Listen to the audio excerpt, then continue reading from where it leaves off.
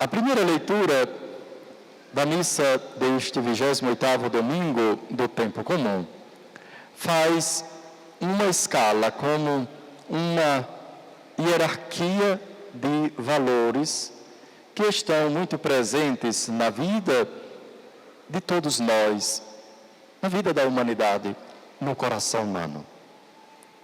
E faz isso para comparar esses valores tão desejados com a sabedoria e a prudência. Ele compara a sabedoria e a prudência com cetros e tronos, significando poder tão desejado pela humanidade. Ouro e prata, a riqueza do mundo. Saúde e beleza, o bem-estar. E até mesmo com a luz. Para depois dizer que nada se pode comparar com a sabedoria. Orei e foi-me dada a prudência, supliquei e veio a mim o espírito de sabedoria. A prudência é como a rainha de todas as virtudes. A prudência é a virtude que nos capacita para agir bem. A prudência é a capacidade que Deus nos dá e também nós adquirimos com o exercício cotidiano, porque a prudência é uma virtude humana.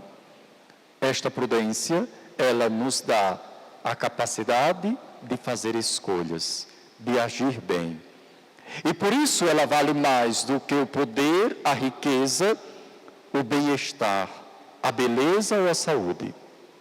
É que se nós tivermos todas estas coisas, se tivermos poder sem prudência, se tivermos riqueza sem sabedoria, se nós tivermos saúde e bem-estar, beleza, mas não tivermos o juízo correto das coisas, nós podemos usar mal tudo isso.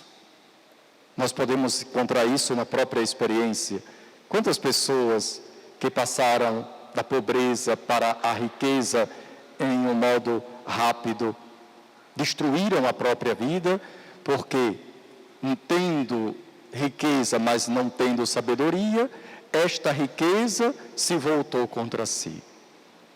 Quantas pessoas usam a própria saúde para destruir a própria vida? Quantas vezes nós encontramos pessoas insensatas, imprudentes, que usaram o poder para a própria destruição? Nós temos tantas situações muito concretas que nós realmente conhecemos. Portanto, ter tudo isso sem a sabedoria serviria pouco. Ao contrário, aliás, serviria para a destruição. Mas quando nós temos a sabedoria, quando nós temos esta virtude da prudência, a riqueza, a saúde, a beleza, o poder, tudo isso pode ser usado para o nosso bem e o bem das outras pessoas. E quem possui esta sabedoria, faltando poder, riqueza, saúde, beleza, mesmo assim vive bem. A prudência é esta graça, meus irmãos e irmãs, que temos para podermos viver bem, escolher o caminho certo, seja na pobreza ou na riqueza, na saúde ou na enfermidade, com beleza ou sem beleza. Quem tem a sabedoria sabe viver em qualquer circunstância. Quem não tem, nem sendo pobre, nem sendo rico, nem com saúde, nem com doença, vive bem, porque não sabe escolher.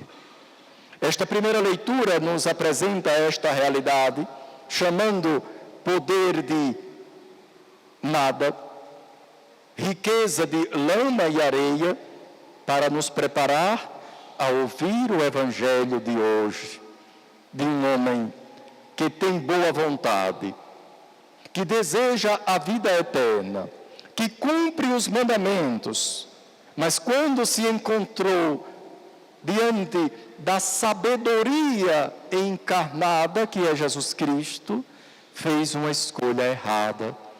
Não enxergou, não teve o discernimento, não foi capaz de perceber que diante dele estava exatamente a sabedoria.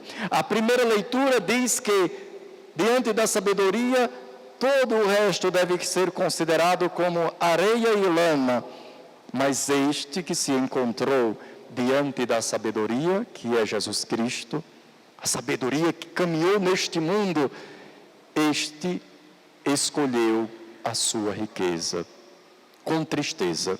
Podemos dizer que essa é uma cena triste do Evangelho, porque este homem foi embora, diz o Evangelho, cheio de tristeza, porque era muito rico.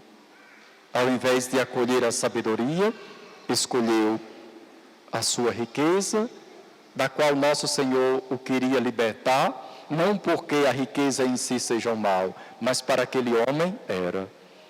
Para aquele homem, a riqueza tinha se tornado um obstáculo para o seguimento de Jesus.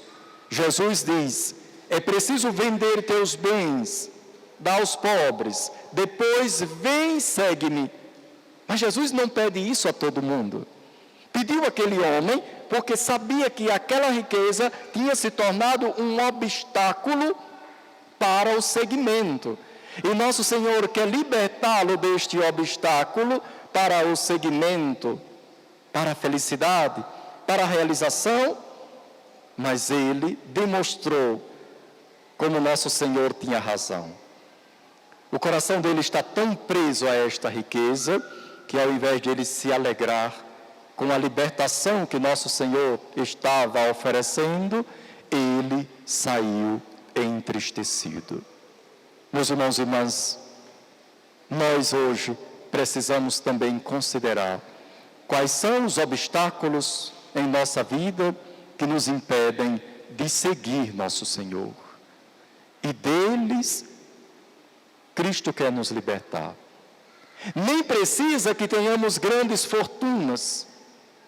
São os apegos de nossa vida que muitas vezes emperram o nosso caminho e nós não seguimos o Senhor.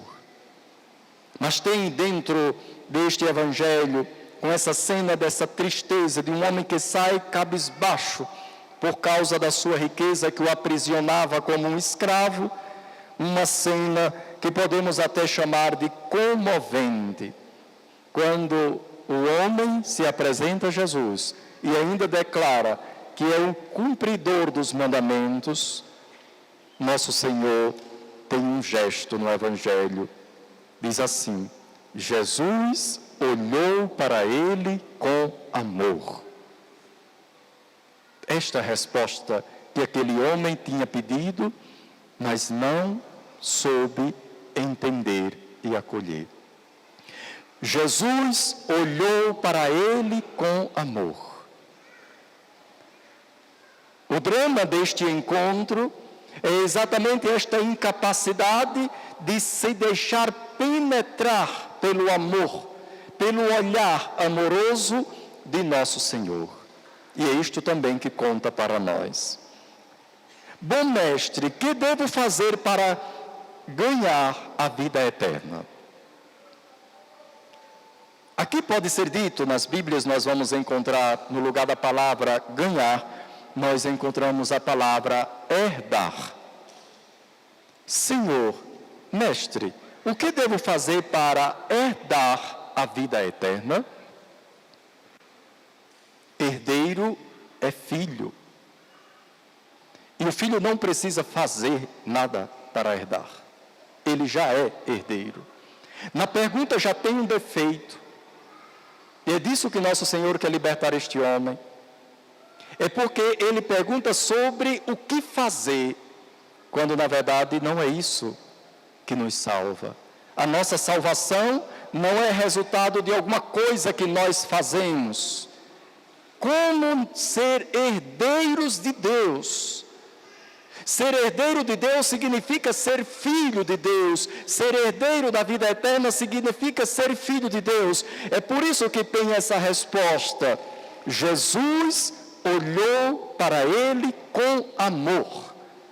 A salvação não se alcança, a vida eterna não nos é dada como recompensa de alguma coisa que nós fazemos, mas como amor que se doa. Se quisermos continuar com a pergunta daquele homem a Jesus, o que fazer? A resposta tem que ser, vamos dizer, em um modo passivo. Tem que ser assim: deixar-se amar. É isso que deveremos fazer. Deixarmos-nos amar. Este é o único modo da salvação. É permitir que Deus nos ame. Não que Deus não nos ame sem a nossa permissão. Na verdade é experimentar, nos convencermos de que somos amados como filhos. Sermos filhos, meus irmãos e irmãs, é isto que nos dá salvação. Jesus olhou com amor. Jesus nos olha com amor, quer penetrar o nosso coração com o seu amor. Tudo o que depois vamos fazer só pode ser consequência desse olhar. Sem este olhar, as nossas ações serão vazias e ninguém alcançará a salvação por causa das muitas coisas que faz. Lembremos-nos daquilo que escreveu São Paulo na carta de São Paulo aos Coríntios, no capítulo 13, nós encontramos assim: mesmo que eu dê os meus bens aos pobres, se eu não tiver amor, de nada serve. Aquilo que Jesus está dizendo isso, dá teus bens aos pobres, mas não é pelo fato mesmo de dar os bens aos pobres. Se não for por esta experiência de amor, de nada adianta. Mesmo que eu dê meus bens aos pobres, se eu não tiver amor, de nada adianta. O que nos salva, meus irmãos e irmãs, é esta experiência de amor. E não podemos fugir desta pergunta. Nós nos sentimos amados por Jesus? Nos sentimos filhos? Ou nos sentimos servos, escravos, que devem simplesmente obedecer a mandamentos? Este homem ainda tinha uma relação com Deus de um servo. Ele diz: eu obedeço a esses mandamentos, não de um filho, não de um herdeiro. E é bonito como nosso Senhor se dirige aos seus discípulos dizendo assim: meus filhos, quase como para confirmar o que é que ele está ensinando quando fala deste olhar amoroso. Ele diz: meus filhos, como é difícil entrar no reino de Deus. Chamando os seus discípulos de filhos, ele está como que dizendo: é isso que todos devem experimentar, que são filhos. E aquele desviou o olhar de Cristo. Não se deixou penetrar por ele. Ou quem sabe, se tornou no futuro um dos discípulos de Jesus. Porque pode ser, há quem diga que este de algum modo retornou, porque seria difícil para outro saber que Jesus penetrou o seu olhar. Somente quem foi penetrado pelo olhar de Jesus poderia testemunhar isso. E é isso que conta. Jesus olhou com amor. Em outra ocasião, nosso Senhor olhou com amor a um dos seus discípulos.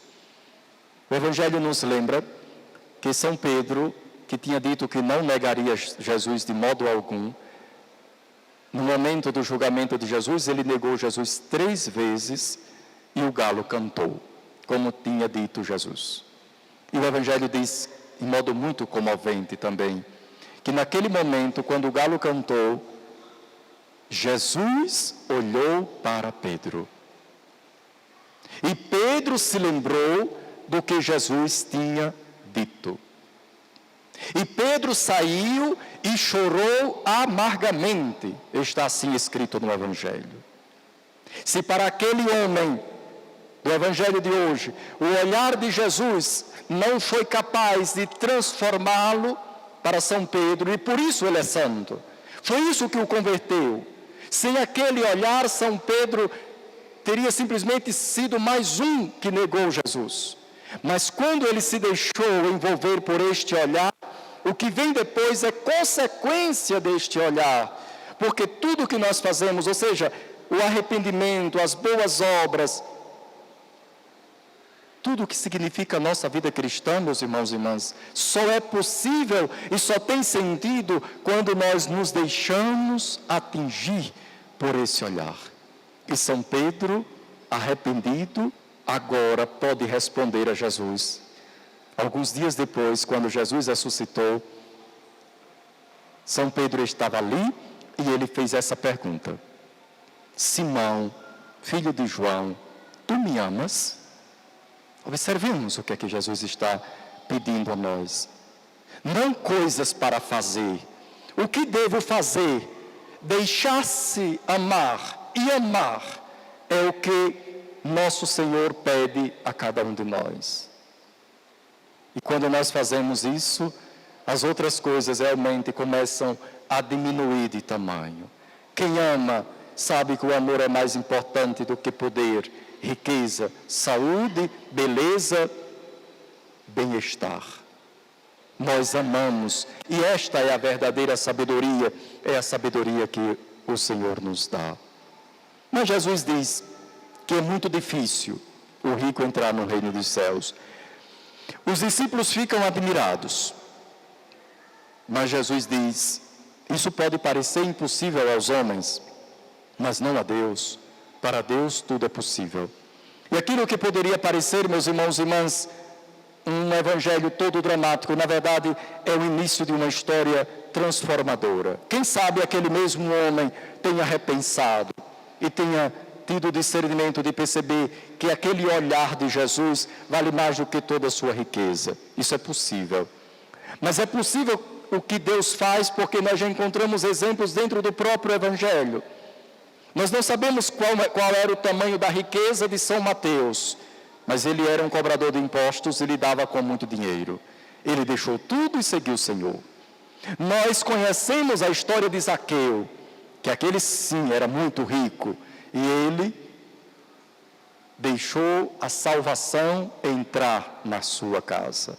Jesus nem pediu nada a ele, mas ele se deixou envolver pela presença de Jesus, devolveu o que tinha roubado e ainda dividiu os seus bens com os pobres. José de Arimateia, aquele que deu a sepultura de Jesus, era um homem rico. E depois, na história da nossa fé, para não fazer uma lista inteira de santos, podemos lembrar somente de dois. Santo Antão, o pai da vida monástica, aquele que deu origem à experiência dos monges na igreja no Oriente. Santo Antônio Abade, ou Antão do Egito, foi para uma missa e o evangelho da missa era exatamente o de hoje. Está lá na história dele. Ele foi e escutou esse evangelho, porque o evangelho deve ser dirigido a nós em primeira pessoa. E este homem, quando escutou esse evangelho, disse: Jesus está falando comigo. Voltou para casa, dividiu a sua herança, porque ele era órfão, entregou a parte que cabia à irmã e a outra parte distribuiu com os pobres e iniciou na igreja a grande experiência da vida monástica. Este evangelho, portanto, não caiu no vazio, porque nós temos na igreja esta grande experiência da vida monástica, que é fruto de quem escutou esse evangelho.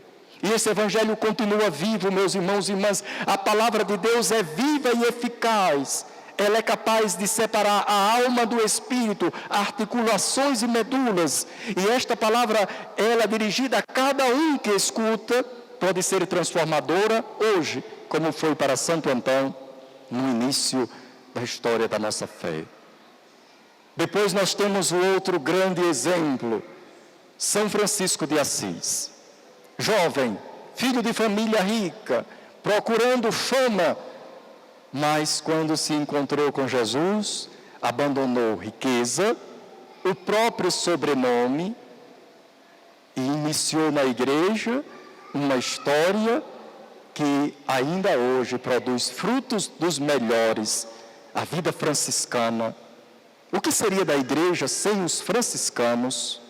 A vida franciscana no mundo, meus irmãos e irmãs, a transformação que São Francisco trouxe por obra de Jesus Cristo, porque ele acreditou no Evangelho que nós escutamos hoje, é muito impressionante.